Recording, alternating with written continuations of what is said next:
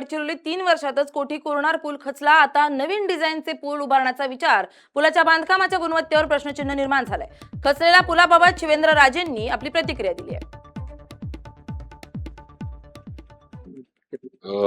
सगळ्यात महत्वाचं म्हणजे मध्यंतरी पाऊस जो आपल्या इथं झाला, यामुळे काही रस्ते आणि सगळ्यात महत्वाचं काही पूल नुकसानग्रस्त झाले. एक पूल त्याच्यामध्ये खचला. त्याचा एक थोडा रिव्ह्यू आणि ही कामं नव्यानं करण्याबाबतीमध्ये पुढचं प्लॅनिंग वगैरे ह्यासाठी आज खरं म्हणजे या ठिकाणी गडचिरोलीमध्ये मी आलोय. आपण म्हटलं ती वस्तुस्थिती इकडे येण्याची पहिलीच वेळ आहे. यापूर्वी काय नागपूर वगैरेला मी आमदार म्हणून अधिवेशनाला यायचो, पण इकडे कधी येण्याचा योग आला नाही. पण आज देवेंद्रजींच्या नेतृत्वात आज सार्वजनिक बांधकाम विभागाची जबाबदारी माझ्याकडे त्यांनी दिली आणि त्यानिमित्तानं विभागाकडनं पण जी कामं चालू आहेत, आता गोंडवाना युनिव्हर्सिटीचा पण आपण DPR बनवलाय.